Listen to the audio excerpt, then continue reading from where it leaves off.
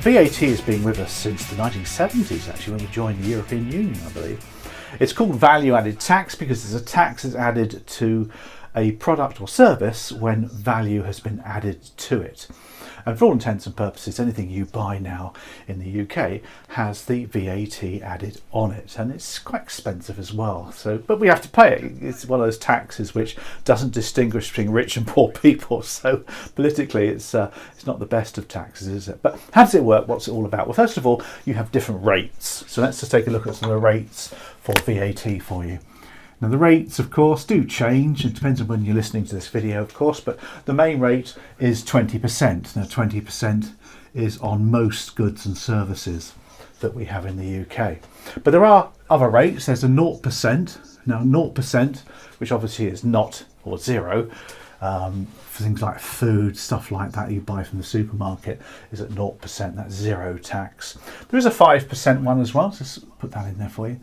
5%, for example, might be on fuel, on heating oil that you have in the home, or electricity, for example, which is an interesting one because you talk about EVs, electric vehicles.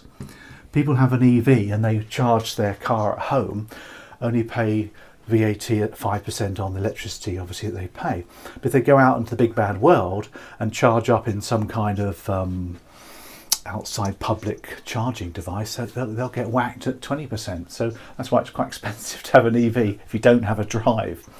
You've also got exempt as well.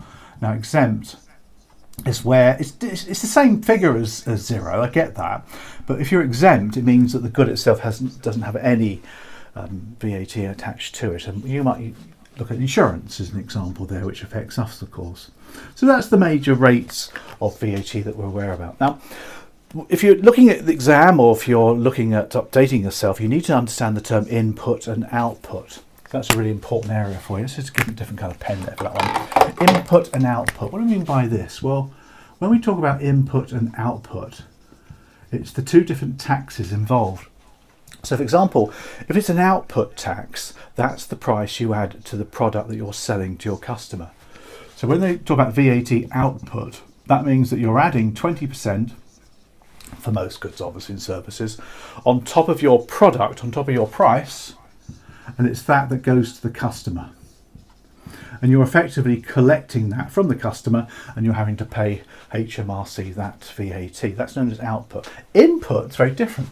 Input is where you're inputting goods and services into your business.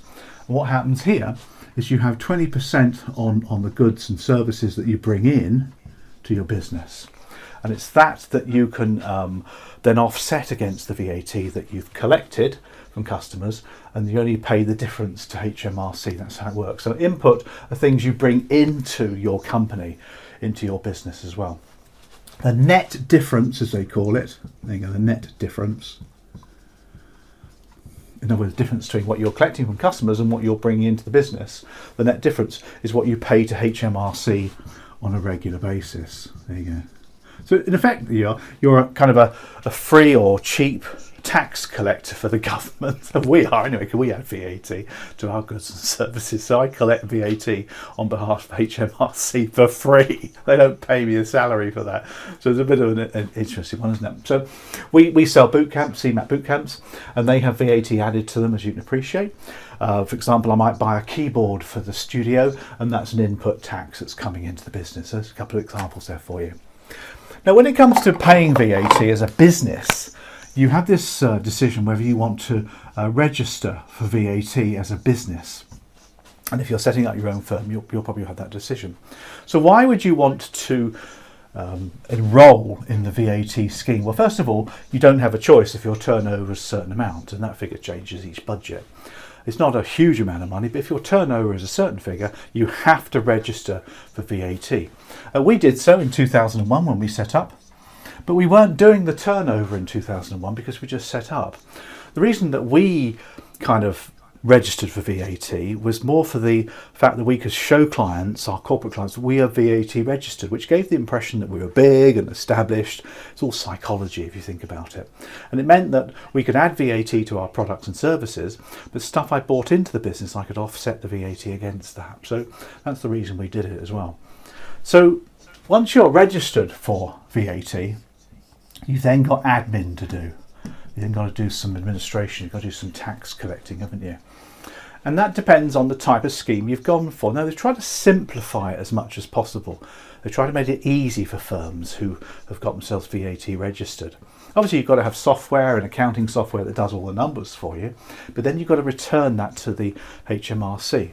Now, you can have what's called a flat VAT. In other words, you don't have to declare every single transaction, you just pay a certain percentage, and that's according to your turnover. You could also pay quarterly. Yeah, just put that in there for you.